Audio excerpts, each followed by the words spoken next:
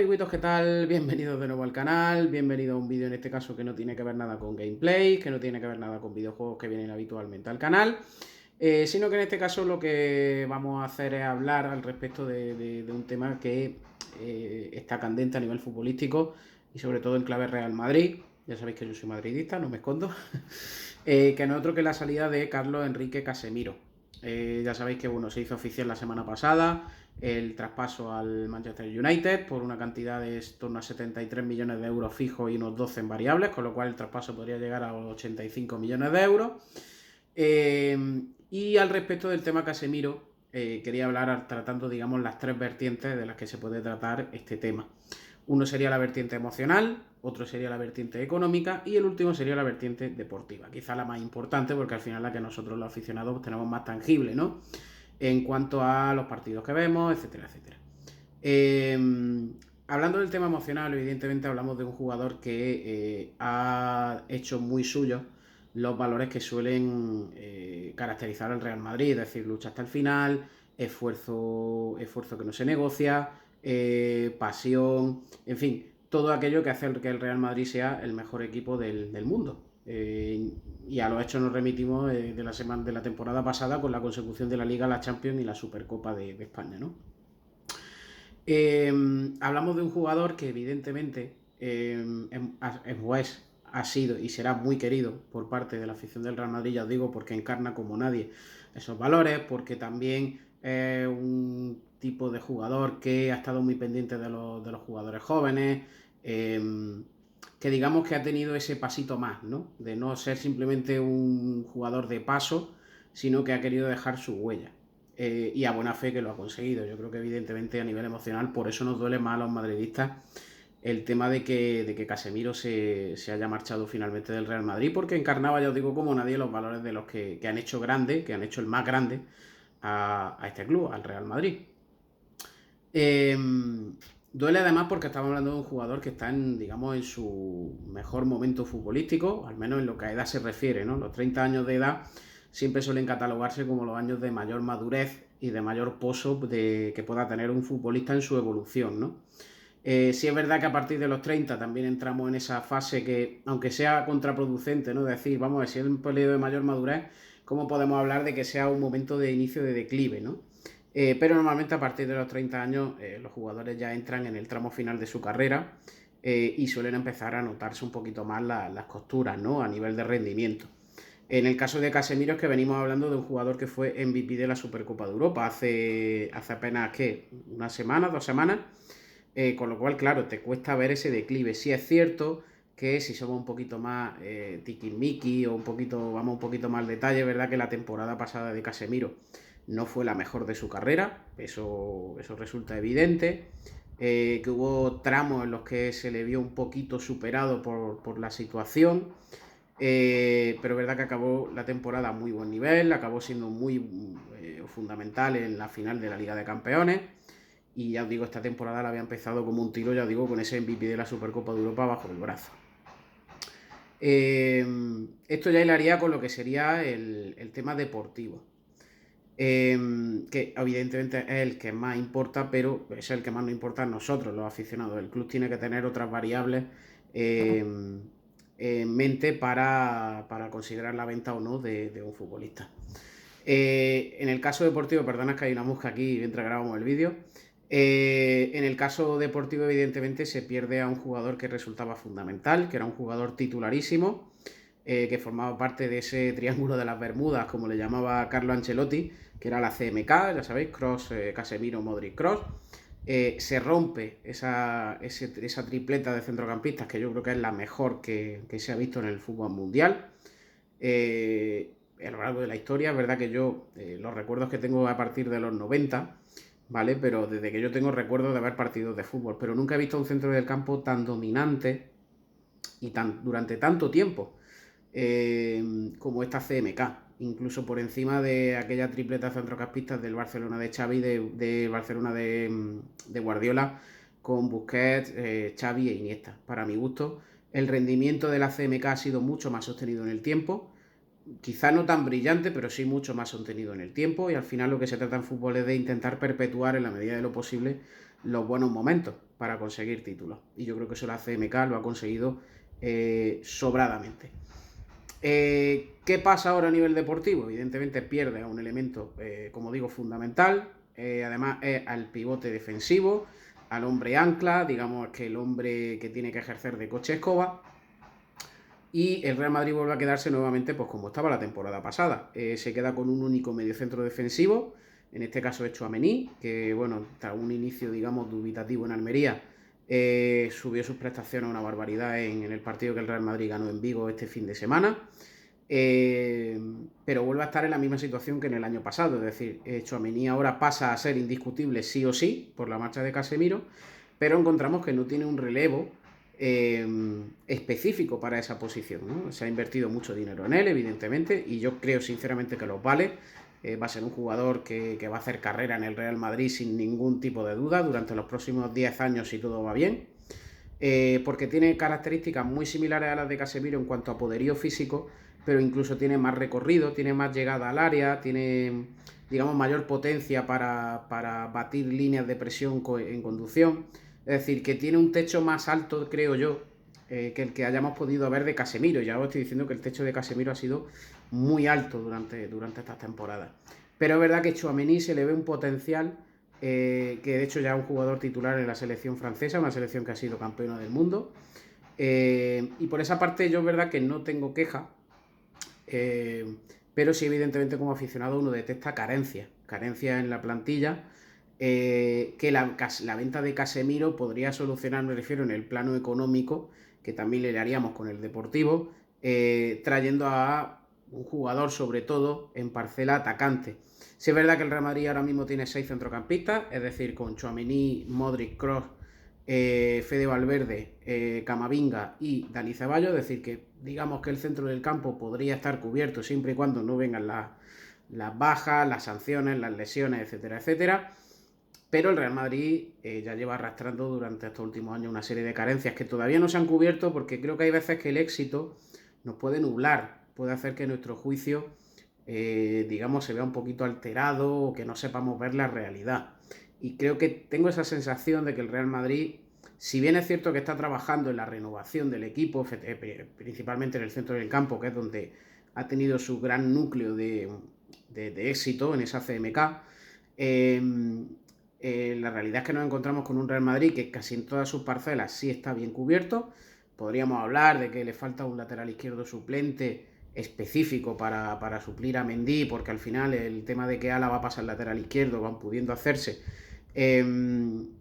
Sería, pues digamos, una solución más de urgencia, porque el propio Ancelotti se ha encargado de decir que Álava es central.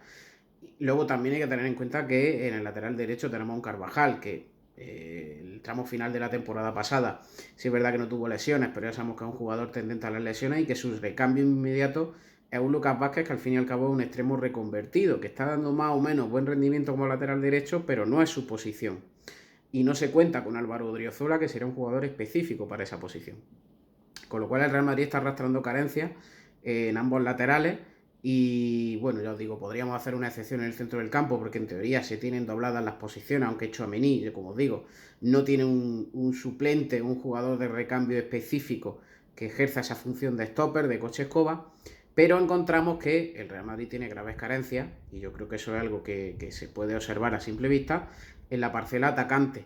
No tanto porque sus titulares no tengan el nivel, porque estamos hablando de Benzema, que será el próximo Balón de Oro, que la temporada pasada hizo una auténtica brutalidad de temporada. No creo que haya discusión con respecto a quién va a ser el Balón de Oro. Y tenemos a un Vinicius que ha empezado la temporada igual que acabó la anterior, siendo decisivo, incisivo, rápido, eléctrico, regateador. En fin, que Vinicius sigue en esa ola de crecimiento que se supone, que se adivina, o al menos no se adivina dónde puede estar ese techo, ¿no?, de Vinicius. Pero luego nos encontramos con una especie de interrogante mayúsculo en la banda derecha, en la parte derecha del ataque. Recordemos que ahora mismo el que está ejerciendo, digamos, entre comillas, de extremo derecha, es Fede Valverde. Al final Fede Valverde es más un interior, es un centrocampista de mucho recorrido, de ida y vuelta, pero no es un jugador de ataque como tal. Y diréis, vamos a ver, si metió un gol la semana pasada o este fin de semana contra el Celta de Vigo. Sí, pero no deja de ser un jugador de centro del campo, que tiene otras funciones primarias antes que las de incorporarse al ataque o dar profundidad en banda derecha, porque no es su posición, no es su función principal, no está preparado para ello. Otra cosa es que por la edad que tiene, que son 24 años creo, Fede puede acoplarse a esa posición y coger ciertos automatismos sin llegar a ser un jugador de ataque. ¿Por qué vienen las interrogantes y las dudas al respecto de la planificación del Real Madrid?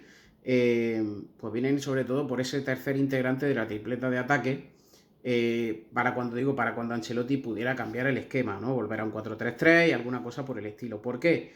Porque tenemos todos la incógnita de Rodrigo, porque es verdad que Rodrigo acabó la temporada pasada a un nivel estratosférico, fue el salvador contra el Chelsea, fue el salvador contra el City, transmitió muy buenas sensaciones, en pretemporada se le veía muy potente a nivel físico, pero ya llevamos 2 jornadas de liga y el pobre Rodrigo no ha podido debutar todavía esta temporada. Es de esperar que contra el Español, en la tercera jornada de liga, sí vuelva ya Rodrigo. Pero el tema de Rodrigo es que tenemos que saber si estamos ante la temporada de su confirmación definitiva, de que dé un paso al frente y sea un jugador que pase al menos de los 10 goles por temporada, para que, digamos que las carencias que se ven en el frente de ataque, fuera de Vinicius y de Benzema, pues queden cubiertas. Y de ahí es donde viene mi mayor preocupación. No tanto porque la venta de Casemiro suponga un trastoque a nivel de jugador en el centro del campo, porque esa zona está más o menos bien cubierta, sino porque esa inyección económica podría servir para contratar a un jugador que tenga cierta polivalencia, pero en el frente de ataque, es decir, que pudiera ejercer, por ejemplo, como extremo derecha y a la vez de delantero, en los casos en los que Benzema pues necesite descanso y demás. ¿Por qué digo esto? Porque yo no cuento con Marco Asensio. El otro día su actitud en los minutos que jugó en Vigo fue muy mala. La de un jugador que no está donde tiene que estar, no tiene la cabeza donde tiene que tenerla ahora mismo. Yo le veo más fuera que dentro del Real Madrid. Tengo la duda de si alguien va a hacer una oferta por él en este final de mercado que pueda satisfacer al Real Madrid. Yo estaría hablando quizá de una oferta de unos 30 millones de euros. Y evidentemente yo no tengo demasiada esperanza con Eden Hazard, menos todavía para lo que pretende Carlo Ancelotti, que sería colocarle como falso 9, o digamos que siendo un Benzema 2.0, una versión alternativa de Benzema, intentando también hacer esas cositas que hace Benzema muy bien, como bajar a recibir, descargar, construir la jugada, digamos, siendo el delantero centro, ¿no? La jugada de ataque.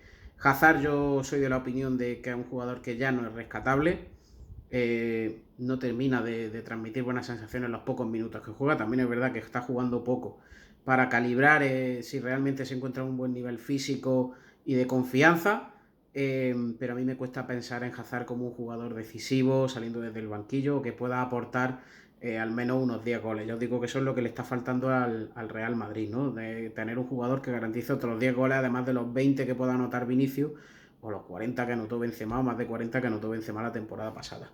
Directamente Mariano, pues ya sabemos todo lo que es. Mariano se ha revelado como muy mal profesional. Es un jugador conformista con respecto a su situación, es decir, es eterno suplente, no se cuenta con él y no quiere salir del Real Madrid. Con lo cual, pues no tenemos un delantero suplente para Benzema. Y pues ya os digo, con las incógnitas de Asensio y del rendimiento que pueda dar Rodrigo, pues nos encontramos con que el Real Madrid le falta, yo creo que es muy evidente, un jugador de ataque. Toda vez que el jugador al que se apostaba todo, que era Mbappé, no vino, sí es verdad que además contando con que Haaland tampoco, es verdad que el mercado de atacantes, pues la verdad que de atacantes de nivel y sobre todo ya a las alturas que estamos de final de mercado, que estamos a 22 de agosto si no me equivoco, ningún equipo grande o ningún equipo que tenga un jugador interesante va a querer entrar a una negociación, y si entra lo va a hacer por precios extraordinariamente desorbitados, sabiendo que el Real Madrid pues tiene 73 millones de euros fresquitos, más todo lo que ha podido rascar por otras ventas de canteranos y demás, nos vamos casi a los 100 millones de euros, más lo que no se invirtió en Mbappé.